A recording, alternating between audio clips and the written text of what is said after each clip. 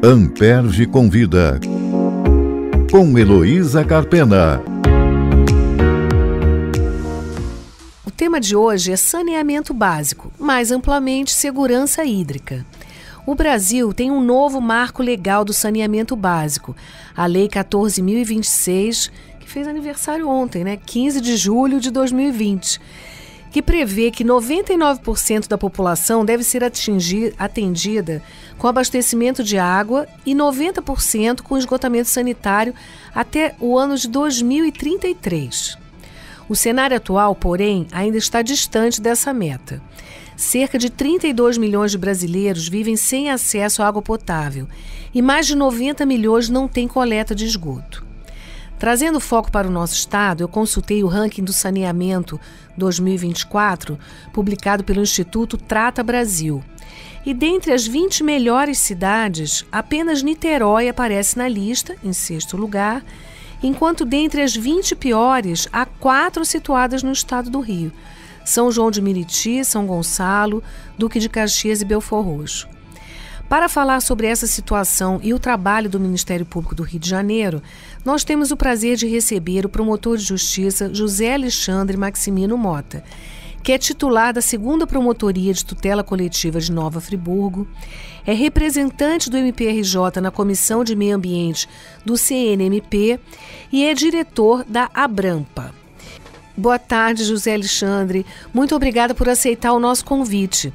Eu vou começar a entrevista pedindo a você para explicar para nós o que é segurança hídrica. Eu sei que isso envolve vários aspectos, de quantidade, casos de escassez, casos das inundações, como a gente teve agora recentemente no Rio Grande do Sul, e também aspecto da qualidade, tanto relativo ao fornecimento de água encanada como o tratamento de esgoto. Tá certo isso? Perfeito. Boa tarde, Heloísa. Boa tarde, nossos ouvintes. Prazer imenso estar aqui na Rádio Roquete Pinto. Isso mesmo, Heloísa. A segurança hídrica aborda, esses principais aspectos que você citou. O tema é tão importante, que a Organização das Nações Unidas, a ONU, em 2010, diante da variedade de conceitos, pelas nações, primeiro entendeu por bem definir o que era o direito humano à água e ao saneamento. E assim o fez por meio da Resolução 64292, vindo da Assembleia Geral. 3 anos depois, ali em 2013, diante do mesmo desafio de padronizar um conceito sobre o que seria segurança hídrica, a ONU trouxe um conceito mais ou menos nesse sentido, de que a capacidade de uma nação garantir o acesso a quantidades mínimas de águas desejadas para as espécies humanas e demais formas de vida. Então trouxe um conceito ecológico, Água de qualidade, ela sim declara, que não é apenas água em quantidade, mas a água em qualidade aceitável, e aí entra o componente da potabilidade, e garantindo a prevenção contra eventos hidrológicos extremos, ou seja, as inundações e cenários de escassez. Então, o mérito desse conceito é trazer não só os serviços de saneamento na entrega da água tratada, como aglutinar um conceito do direito ambiental de gestão dos recursos naturais, principalmente daqueles recursos naturais associados à água. Muito bem, no Brasil nós temos os 2 cenários, tanto da escassez quanto das inundações. Tudo isso está relacionado com preservação de florestas. Então, teu trabalho na Abrampa deve ser também relativo a isso, essa interlocução com outros colegas. Isso acontece? Perfeito. Esse diálogo acontece e é interessante porque você percebe que a realidade daquele colega, por exemplo, que atua na bacia amazônica é muito distinta daquele que atua, por exemplo, no semiárido nordestino, daquele que atua, por exemplo, no centro-oeste, do que atua no sudeste e no sul. Alguns trazem a realidade, por exemplo, de extrações de aquífero, algo que na nossa realidade aqui de Rio de Janeiro a gente ainda não tem em larga escala, o costume de captação de água subterrânea. Já o centro-oeste, especialmente nas porções ali do aquífero Guarani, também possuem. Então é interessante essa troca de experiências, principalmente em cenários de escassez e de inundação, até porque em razão das mudanças climáticas e podcast da Amperd trouxe colegas ilustres e referências nessa matéria, como Vinícius Lameira, né? Hoje em dia, até a bacia amazônica vem sofrendo estresse hídrico, né? Algo que era impensável. Até ano passado a gente teve um dos piores estresses hídricos na bacia amazônica, no Pantanal. O Sul enfrentou uma escassez, depois foi para um cenário oposto, né, de inundações. Então, é muito interessante essa troca de experiência. Sim, tivemos no episódio passado, né, o 38, o promotor Vinícius Lameira, tivemos também a procuradora Denise Tarim falando sobre os desastres, enfim. Esse tema do meio ambiente tem sido recorrente. E no episódio com o promotor Vinícius, ele mencionou a Abramp e eu esqueci de falar aqui, né, que é a Associação Brasileira do Ministério Público do Meio Ambiente, né? E é uma iniciativa, eu acho que é única em tema ambiental, né? Porque em outras áreas eu não conheço um registro assim, de promotores que tenham se associado nacionalmente para discutir temas. Será que há outros? Outras associações semelhantes? Eu acho que a Abramp é pioneira, né? Pioneira, né? A gente tem até aqui colegas desbravadores que já foram, inclusive, presidentes da Abramp, como o Sávio Renato Bittencourt, que foi quem me levou. E hoje em dia você tem Patrícia, né, Silveira, Rosane Cunha, tantos outros nomes, Murilo Bustamante. E a nível nacional, assim, né, é até honroso fazer parte da diretoria, porque a gente percebe, inclusive, que já está avançando para fazer notas técnicas, né, para assessorar o procurador, né, geral da República em ações diretas de inconstitucionalidade, né? Eu já tive essa experiência, então assim, tem sido comum até elaborar notas técnicas, muito além dos congressos brasileiros, enfim, então eu louvo muito essa iniciativa da Abramp. E a iniciativa dos promotores, né? Isso é que eu acho valioso. Agora, trazendo, né, saindo do âmbito nacional, para falar um pouco do cenário do estado do Rio de Janeiro. Aqui nós tivemos 2 casos emblemáticos relativos à segurança hídrica. O caso da Geosmina, do sistema Guandu, né, que serve aí milhões de pessoas na nossa cidade, e mais recentemente o caso do Tolueno. O que aconteceu e como é que o Ministério Público atuou nessas 2 situações? Bom, foram realmente 2 casos bem emblemáticos, né? Um mais recente na nossa memória, esse do Tolueno, que afetou, né, o abastecimento na porção leste da Baía de Guanabara, e a crise da Geosmina, como foi chamada no sistema Guandu. Eu vou começar por esse, né, em ordem cronológica. Né, tanto no verão de 2020 como no verão de 2021. E, né, a infelicidade de ser nesse período é porque a gente estava, né, em plena pandemia de Covid. Então, né, a falta de confiança na água em tempos de Covid, né, em que se recomendava, né, o uso contínuo, né, da higiene, de lavar as mãos com água e sabão, né, foi, né, severamente impactada essa prevenção, né, esse cuidado, diante de uma desconfiança em relação à potabilidade da água. Então, né, não teria cenário pior, momento atual na história, né, para ter uma crise de qualidade da água, né, do que... Já não bastasse Covid, né? Pois é, crises sobre crise, policrise, né? Então, janeiro, né, o verão de 2020 e verão de 2021, né? E o que foi esse episódio, né? Foi a decomposição, né, de uma alga, né, que, enfim, gerou esse composto orgânico, né? É uma cianobactéria, a Geosmina é uma cianobactéria, que é fruto, né, da poluição do manancial. Ou seja, o Guandu, rapidamente explicando, ele é fruto, né, de uma transposição em Barra do Piraí, né, 90% da água dele vem do Rio Paraíba do Sul, e os outros 10%, né, vem uma parte de Laje, do reservatório de Laje, que vem, por sua vez, do Rio Piraí, e outra porção, né, menos expressiva, dos rios, que vem de Queimados, Nova Iguaçu, Rio Poços, Queimados, Ipiranga e Cabuçu. Esses rios últimos que eu falei, né, da Baixada Fluminense, eles estão extremamente poluídos, né, com índices 100 mil vezes acima do permitido na resolução do Conselho Nacional de Meio Ambiente. Então, com o calor intenso, né, a quantidade de fósforo e nitrogênio, essas algas proliferaram, né, vieram a se decompor, uma decomposição, geraram essa cianobactéria e isso afetou a água.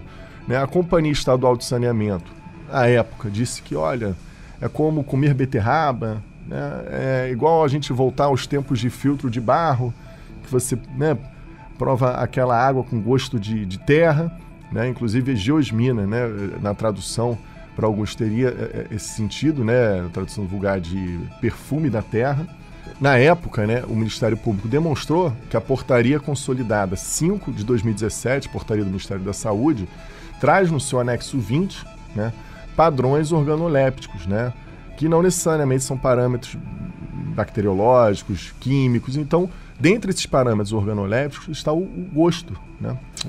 Quer dizer, eles sustentavam que não era nocivo à saúde. Perfeito. Só afetava o gosto. Perfeito. E é verdade isso? E aí, né, tanto a portaria 5 de 2017 quanto a atual, a 888, né, do Ministério da Saúde, são claras em dizer que isso é um parâmetro de potabilidade, né?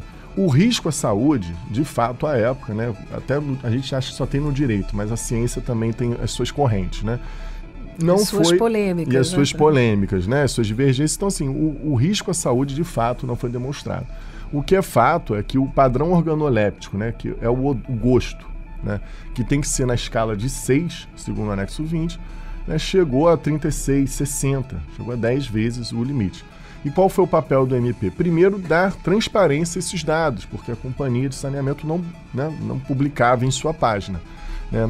E aí a discussão não é se, olha, traz risco ou não traz risco, mas se afeta a potabilidade, o consumidor, né?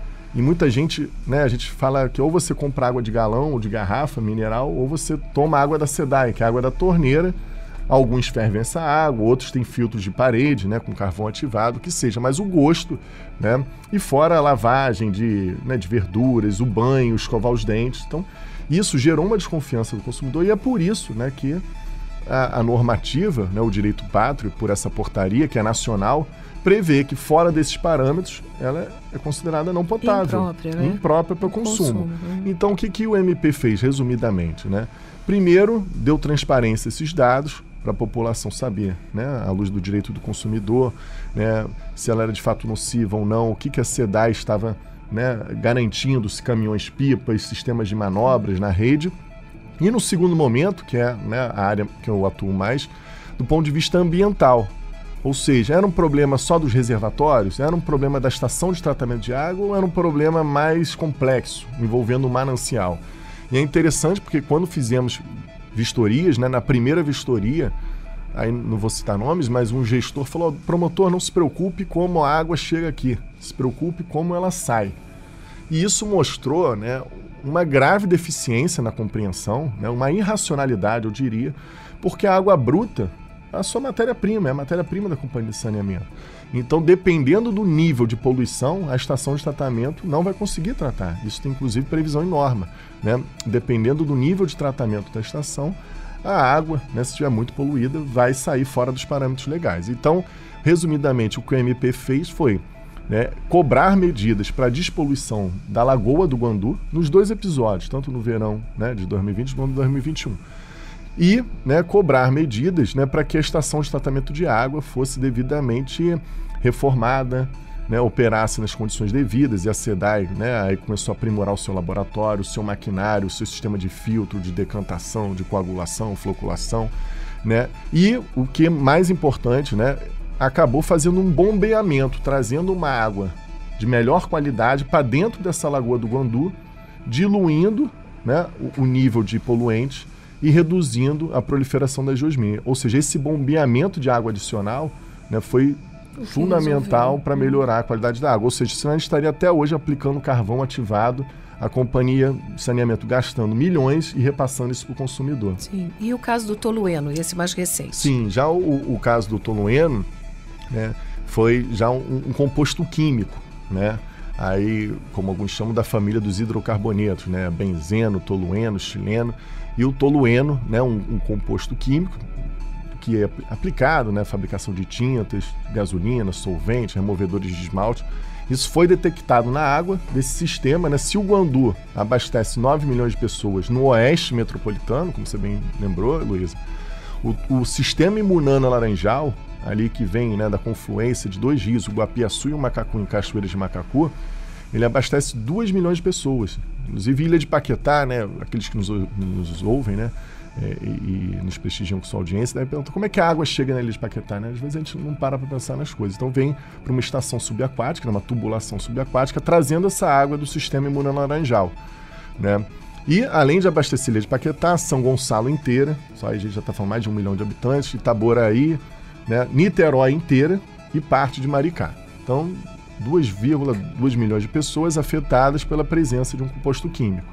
Ministério Público, né, aí com o GTT ambiental, citar aqui 2 grandes colegas, o colega Tiago Veras, a doutora Gisela Pequeno, também colega Gisela Pequeno, nós fizemos uma vistoria, eu acompanhei por ter atribuição para Cachoeiras de Macacu, né, e verificamos que realmente o ponto zero, onde eles identificaram, né, uma alta concentração de tolueno, estava com boias de contenção. Então, o que o Ministério Público, né, cobrou? Primeiro, a contenção, a remediação do dano, a identificação desses pontos de vazamento do tolueno com a colocação de boias, saber se a estação de tratamento de água da SEDAI, que fica em São Gonçalo, né, que abastece, sofreu contaminação. Então nós vistoriamos a estação de tratamento de água, que é a principal responsável, né, pelo tratamento do sistema imunolaranjal. Felizmente não foi, a SEDAI, né, trancou as comportas, fechou as comportas, e daí, né, estamos apurando as responsabilidades e medidas de prevenção. As responsabilidades, tem inclusive inquérito policial,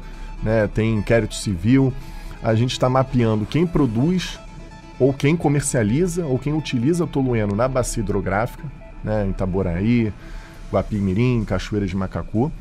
E a prevenção, né, isso está em curso, a adoção de um plano de contingência na bacia hidrográfica, né, com o mapeamento das licenças, ou seja, quem está licenciado para operar esses contaminantes, quem monitora o quê. A Petrobras vai monitorar quais parâmetros em quais pontos, a SEDAI vai monitorar quais parâmetros, o INEA vai monitorar quais, né? Quais serão as medidas adotadas em termos de contaminação. E aí algo que se vem tratando muito, uma matriz de responsabilidade, né? Em ocorrendo desastres de contaminação, quem faz o quê? A Secretaria Estadual do Ambiente vai monitorar e emitir o alerta para a SEDAI. A Petrobras, identificando um vazamento no seu duto, né, num duto, por exemplo, no oleoduto, vai comunicar ao INEA e aí definir pontos de segurança da água, ou seja, para você evitar, né, que essa contaminação. É claro que você tem outros usos, né, como a pesca, inclusive participei de uma audiência pública que a pesca teria sido afetada, a agricultura, a contaminação lá tem uma produção expressiva de aipim, milho, né, pouca gente sabe, e o uso humano, né, que são essas 2 milhões de pessoas. Então, a gente está criando essa matriz de responsabilidade para que não se tenha um vácuo, né, sobre quem faz o que em momentos de crise de qualidade. E ao contrário da geosmina, o tolueno é nocivo à saúde, né? Sim, esse é nocivo à saúde. Com certeza. Você estava falando sobre as bacias hidrográficas, né, que abastecem esses reservatórios. E como é que, então, o saneamento, o tratamento de esgoto vai afetar a qualidade da água? Como é que isso se dá e quem são os grandes poluidores aí dessa região? Bom, perfeito. Vou, né, começar pelo sistema Guandu. A relação entre segurança hídrica e saneamento, né, o próprio episódio da geosmina demonstra. Por quê? Porque durante muitos anos, décadas e décadas, se investiu muito pouco, né, em saneamento, principalmente em municípios como Nova Iguaçu, Queimados, Seropédica, Piraí. Ou seja, no caminho das águas, né, tem um professor da Fiocruz que fala muito isso, né, ele até fala em pedagogia das águas, ou caminho das águas, né, a gente não pode só ficar lembrando, né, da caixa d'água do nosso prédio, ou dos reservatórios das companhias de saneamento e da estação de tratamento. Nova York investiu pesado, né, no sistema Catskills, projeto, né, inclusive Nova York, na cidade, você pode beber água da torneira. Por quê? Qual foi o grande diferencial? Preservaram a bacia hidrográfica, né, que abastece, né, aquela megalópole, a nível, né, da água chegar com um grau de pureza extraordinário na estação de tratamento de água. Então, assim, aqui a gente não fez isso, né? Infelizmente, né, os governantes, os gestores permitiram que a bacia hidrográfica, né, que drena para o principal manancial de abastecimento público do estado do Rio de Janeiro, né, 9 milhões de pessoas, a ETA Guandu, inclusive, está no Guinness como a maior produção de água, né, a estação com a maior produção de água do mundo, fosse contaminada justamente, né, por uma má gestão ambiental. Ou seja, durante anos se permitiu que tivesse lixões, né, minando chorume, poluição industrial, né, alguns dizem que foi uma grande falha do Estado licenciar um complexo industrial em Queimados, né, você tem um polo industrial em Queimados, o risco que isso gera, né, é você botar, né, um coquetel ali de contaminantes, né, de produtos químicos na sua caixa d'água, né, no seu reservatório. Então, você licenciou polos industriais, você teve lixões e, principalmente, um déficit de saneamento, ou seja, de coleta e tratamento de esgoto. Vou te dar um exemplo, Heloísa. Quando nós nos deparamos com o episódio da Geosmina, nós procuramos saber os índices, né, de coleta e tratamento em Nova Iguaçu e Queimados. Queimados era 0 de tratamento, né? E quando a gente foi ver os dados, né? Tratamento de esgoto. Do tratamento de esgoto. E quando fomos ver os dados do SNIS, às vezes os dados nem batiam, diziam 15%, 20%. E aí, por quê? Porque era autodeclaratório, né? A companhia fornecia os números. E aí o gestor, inclusive, falou, olha, mas calma aí, MP, a gente tem 14 estações de tratamento de esgoto. Mas não tinha sido informado. Quando a gente foi a campo, 14 estações de tratamento de esgoto inoperantes. Você tinha 14 estações de tratamento de esgoto, não era assim, uma não funcionava, 2. As 14 não funcionavam. Então, assim, demonstrou que mesmo que tinha sido implantado, não funcionava. Nova Iguaçu, a mesma coisa. Então, mas qual a razão? Isso foi justificado?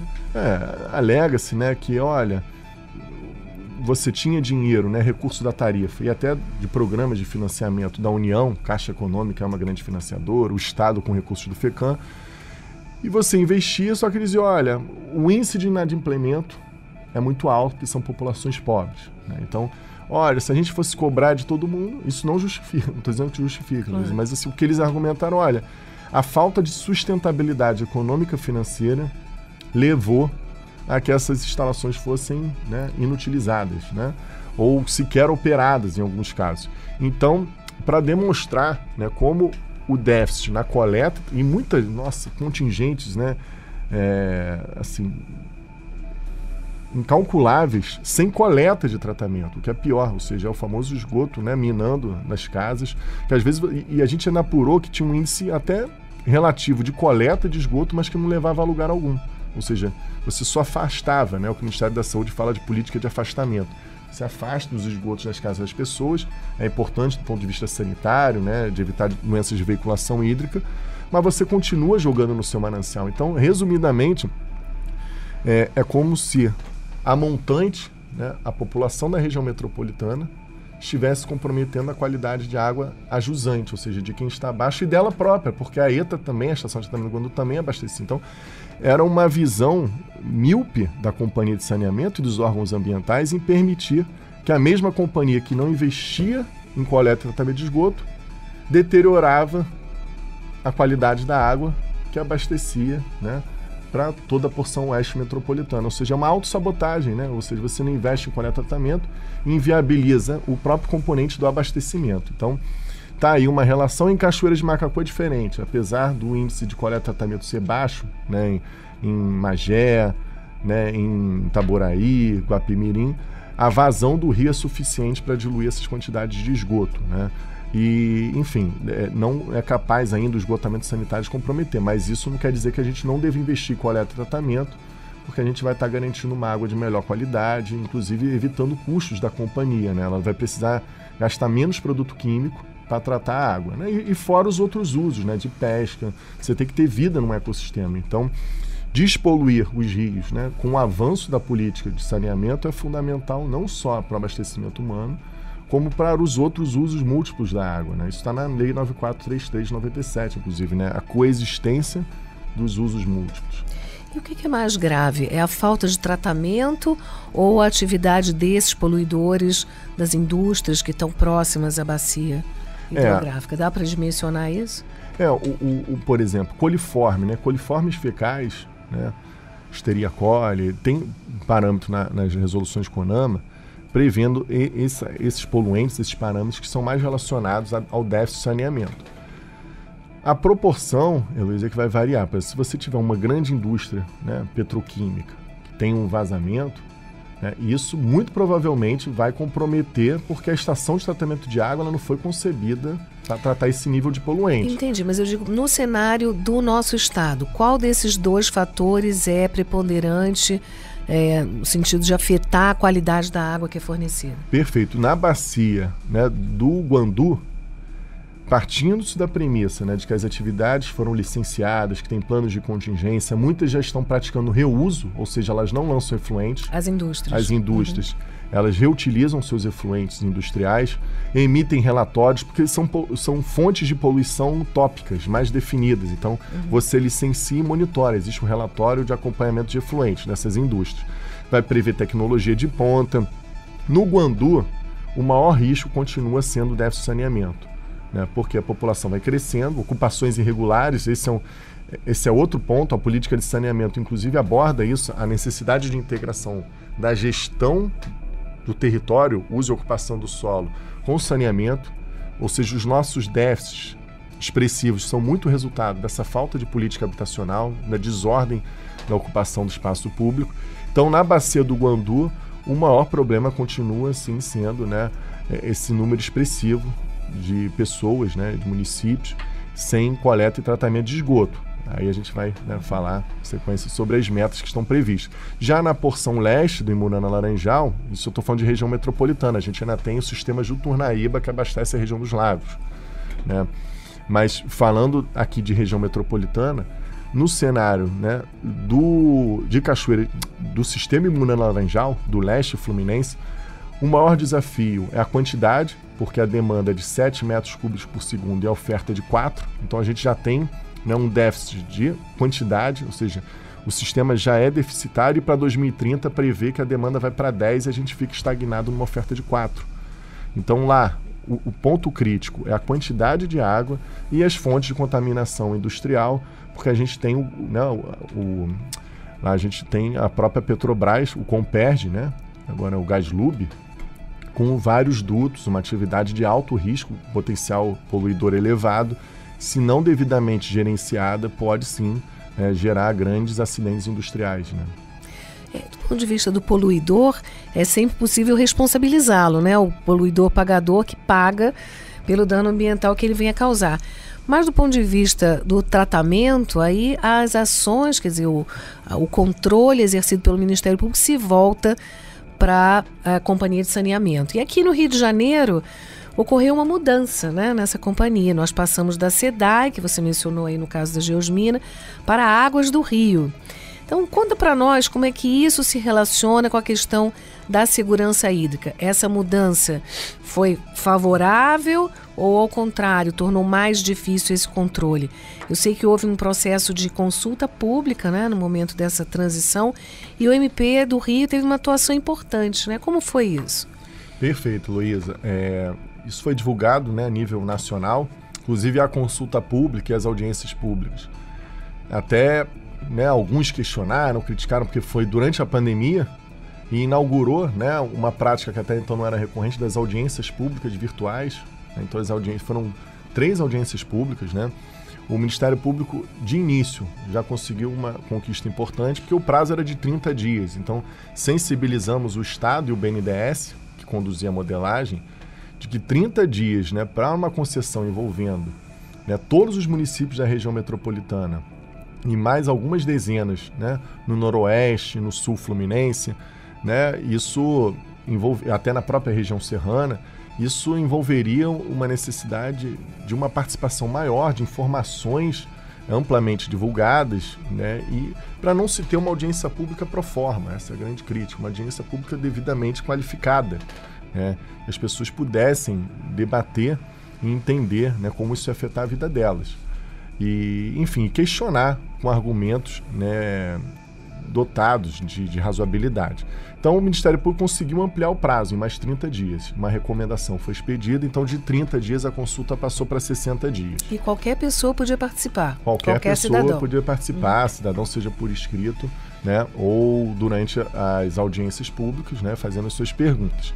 Então, né, do ponto de vista da gestão participativa, do processo democrático, né, de controle social, isso já foi um ponto importante. Isso já foi um ponto importante.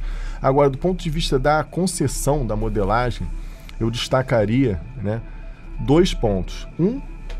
A gente sabe, né, quem mora no Rio de Janeiro, infelizmente o programa, né, a má fama dele é conhecida a nível nacional, o Programa de Despoluição da Baía de Guanabara, o famoso PDBG. né, que foi sucedido pelo PSAN, que é o Programa de Saneamento dos Municípios do Entorno da Região Metropolitana. E já existe uma ação civil pública, né, desde 2007, né, existia uma ação tramitando, da 2ª Promotoria de Meio Ambiente da capital, doutora Rosane Cunha Gomes, e que, posteriormente, né, foi objeto, já nos tempos do GAEMA, de 2 grandes termos de ajustamento de conduta. Então nós havíamos acabado de celebrar 2 termos de ajustamento de conduta e veio a concessão. E a SEDAI falou, olha, não sei como isso vai ficar. E as companhias dizendo, olha, agora segue em relação à SEDAI. E aí nós até, né, na época, falávamos, aqui não vai ter o Banerj das águas. Né? Aqui, né, não tem essa de vou ficar com filé mignon, né, a picanha. Sim, no momento da transformação, transição, eles queriam ficar só com o ativo. Só, né? Com o ativo. Passivo, deixar para as calendas. Perfeito. Então, assim, a SEDAI continua com o passivo, a gente assume o ativo, isso é a responsabilidade dela. Né? E o que nós conseguimos? Trazer os compromissos desses 2 termos de ajustamento de conduta para o caderno de encargos da concessionária, né? O caderno de encargos da própria concessão.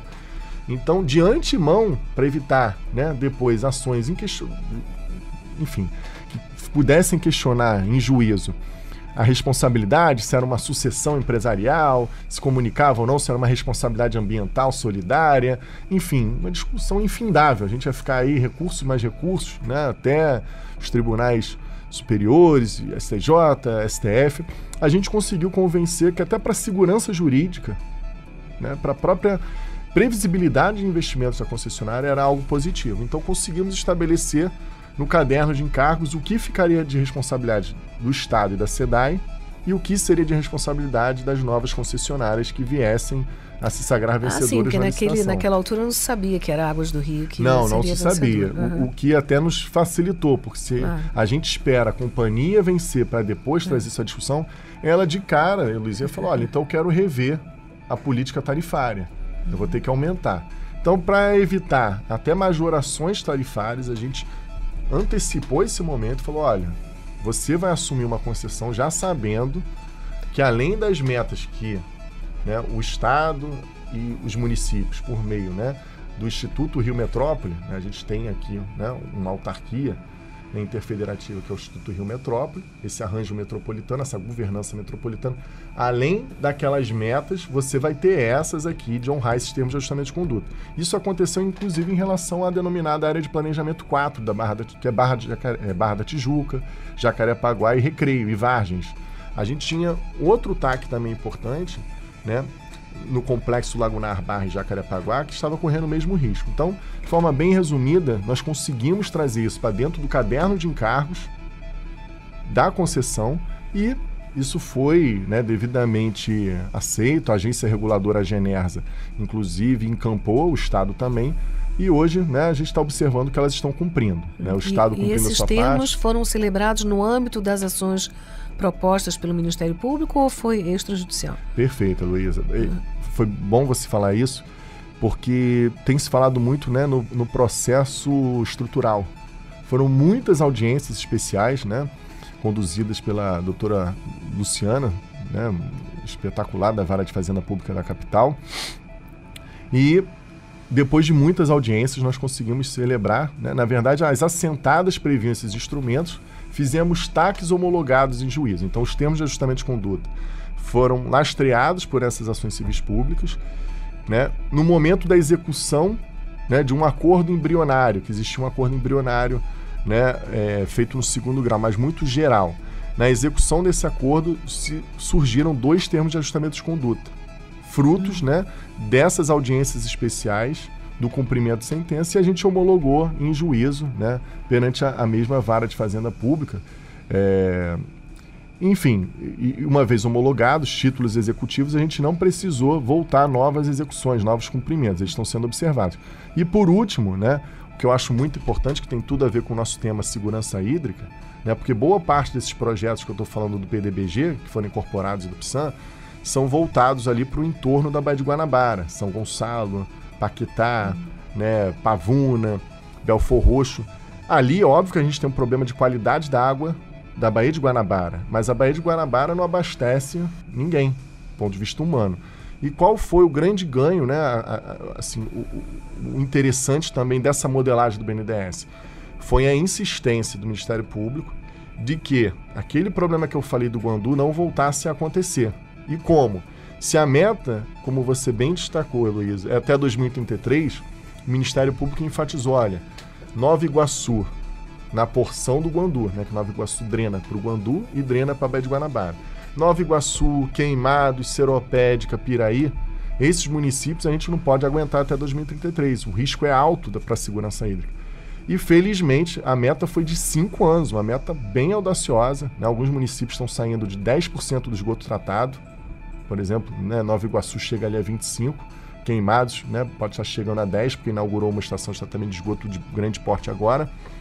Mas elas vão ter 5 anos contados, né, da assinatura do contrato para levar 90% da população a ter coleta e tratamento de esgoto e 99% de água tratada. Então, por que isso foi importante? Porque a gente destacou que o plano de bacia hidrográfica do Guandu já trazia esses mananciais estratégicos para o abastecimento com alto grau de poluição e que não fazia sentido você começar investindo numa lógica, né, mais mercantilista, mais empresarial, mais arrecadatória, né, mais capitalista, embaixo dos nossos sistemas, onde você de repente consegue arrecadar mais fácil, em detrimento dessas áreas que são mais desafiadoras, mas são mais frágeis do ponto de vista ambiental. Então o Ministério Público conseguiu sensibilizar, né, da importância de se investir na preservação ambiental dos mananciais, deixando, né, o critério econômico-financeiro, embora importante, né, em igual status de igualdade, que aí você vai ter ali, né, um mecanismo do subsídio cruzado, que é altamente complexo, essa identificação de arrecado nas áreas mais ricas, por exemplo, como a capital, para poder investir em municípios menos abastados, como Queimados e Nova Iguaçu. Então, essa lógica dos 5 anos, ela trouxe a reboque também, né? Se não fosse a prestação regionalizada, cruzando municípios ricos, né, municípios com melhores condições econômicas e financeiras, com municípios, né, em menor pé de igualdade econômico-financeira, sem essa lógica de prestação regionalizada, dificilmente seria possível, porque você dependeria da arrecadação de Queimados, Seropédica e Nova Iguaçu para universalizar o saneamento, não só para esses munícipes, né, como também para todos os habitantes da porção oeste da região metropolitana. Você não teria vulto financeiro suficiente, né, para fazer frente a esse desafio. É por isso tão importante o controle exercido pelo Ministério Público, né? Porque isso se chama interesse público guiando aí essas ações. Esses deveres todos previstos, tanto na lei como nos termos de compromisso que você mencionou, são titularizados, vamos dizer assim, são dirigidos para a companhia de abastecimento, né? E o que você destacaria do novo marco legal do saneamento, esse prazo de 2033, né, para que as companhias, né, porque o marco é nacional, mas que as responsáveis pelo abastecimento e tratamento do esgoto, enfim, cumpram esses deveres. Esse prazo é viável? Olha, Luísa, essa é uma pergunta que todo mundo que milita na área, né, se interessa. O saneamento interessa a todos nós, né, assim, em maior ou menor grau, mas no nosso dia a dia, né, enfim, é inegável a importância da água. A água é vital, a água é direito humano, é direito essencial. E o esgotamento sanitário, idem, né, seja por questões relacionadas à saúde pública, né, evitar doenças de veiculação hídrica e como a gente tem debatido aqui, né, para inclusive melhorar as condições, né, de qualidade da água dos nossos mananciais, que vai refletir na água denominada tratada, né, na água da torneira. Alguns dizem que, infelizmente, né, esse prazo ele não se coaduna com a realidade brasileira, né, que para algumas macrometrópoles, né, a macrometrópole paulista ou a região metropolitana do Rio de Janeiro, pode ser que a gente atinja, e ainda assim com muita dificuldade. Eu dou alguns exemplos e depois volto para a lei, que já estão acontecendo no estado do Rio de Janeiro, né? A gente teve 3 grandes conglomerados, né, 3 grandes grupos, o Grupo Águas do Brasil, o Grupo Egea, né, o Grupo da Iguá, arrematando 3 blocos, né? A Egea arrematou o bloco 2 e o 4, mas enfim, o outro ficou com o Rio Mais Saneamento, né, que é do Grupo Águas do Brasil, e o Grupo Iguá. E elas já estão questionando que o diagnóstico feito pela SEDAI foi superestimado. Então, olha, alguns argumentos já estão surgindo. Olha, Cachoeiras de Macacu me disseram que coletava 40 e tratava 40. E as companhias, elas tiveram 1 ano para fazer esse levantamento do cadastro. E elas já estão dizendo, olha, eu fui a campo e identifiquei que é 0. 0 tratado e 20 coletado. Essa não é uma particularidade de Cachoeiras de Macacu. Isso está acontecendo em outros municípios. E a companhia, né, as companhias, né, essas concessionárias... Que são empresas privadas, são né? Empresas é bom privadas, a gente frisar. Elas estão dizendo, olha, na época a gente teve acesso aos dados, mas não tinha como auditar isso tudo, não tinha como... Embora o edital previsse as vistorias técnicas. Né? Esse é um ponto a se considerar. O que é fato é que a agência reguladora, a GENERS, agora foi provocada por essas companhias falando assim, olha, eu vou precisar aqui ou aumentar o meu nível de investimentos, isso vai refletir na tarifa, ou eu vou precisar de mais prazo. Isso está bem embrionário, a gente não sabe como é que isso vai se desenvolver, mas já é um risco ao novo marco. A meta, né, do artigo 11b da 11445, com as alterações do novo marco, da 1426, porque isso não está acontecendo só aqui. Então, esses diagnósticos das companhias anteriores, né, como da SEDAI, falíveis, né, com supostas deficiências de dados, vão levar a que o V0, olha, o nosso ponto de partida a gente achou que era 50%, na verdade são 30%. Isso pode levar a comprometer essas metas. Eles vão pedir a revisão dos prazos, né? Pois é. Então, e fora isso, né, a gente sabe que, apesar da lei, como você bem lembrou, né, ter feito aniversário ontem, né, e 4 anos, né, desde a sua publicação, a gente tem muitos municípios, eu vou dar um exemplo aqui, né, um bom de promotor, às vezes, que roda o interior, que você consegue ter dados de outros municípios, Valença, Barra do Piraí, esses municípios que ficaram de fora do bloco, né, desses grandes blocos da concessão, da denominada concessão da SEDAI, esses municípios estão, ou Rio das Flores, citaria tantos outros, né, com sistemas autônomos de saneamento, os SAIs, Sistemas Autônomos de Abastecimento de Esgoto, e já estão questionando, olha, o índice de inadimplência é alto, eu não consigo, né, arrecadar suficientemente para ter essa prestação direta, né, de forma substancial, de forma a atender os objetivos da lei. Muitos estão estagnados, Luísa, muitos estão mantendo o que já existe. Estão arrecadando tarifa para manter o mínimo que já possuem. Né? Eu vistoriei algumas estações de tratamento de água que eu fiquei até em dúvida, né, se aquilo era realmente uma estação de tratamento de água. Desde a década de 60, sem qualquer reforma, completamente deterioradas, sem qualquer treinamento do funcionário, com galões de sulfato de alumínio, a pessoa aplicando cloro de qualquer jeito, né? Não tinha nem monitoramento pela vigilância sanitária. Então, assim, por que eu estou dizendo isso? Que a gente tem realidades no próprio estado do Rio de Janeiro, de municípios que ficaram de fora, que se eles não assumirem, né, o bloco metropolitano ou o bloco regional, né, e tem previsão para isso, né, de uma adesão, ou se eles não fizerem uma concessão robusta, com um desafio tremendo aí do ponto de vista da lógica econômico-financeira.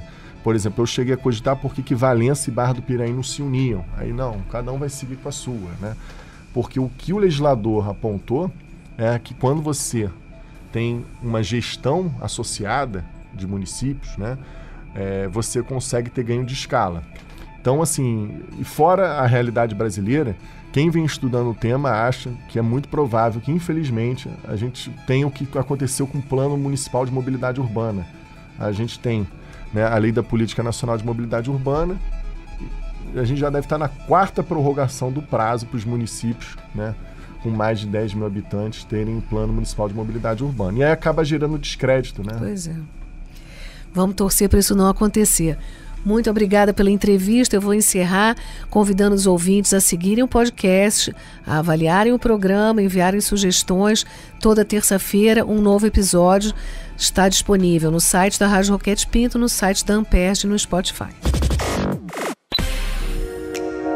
Amperge convida, com Heloísa Carpena.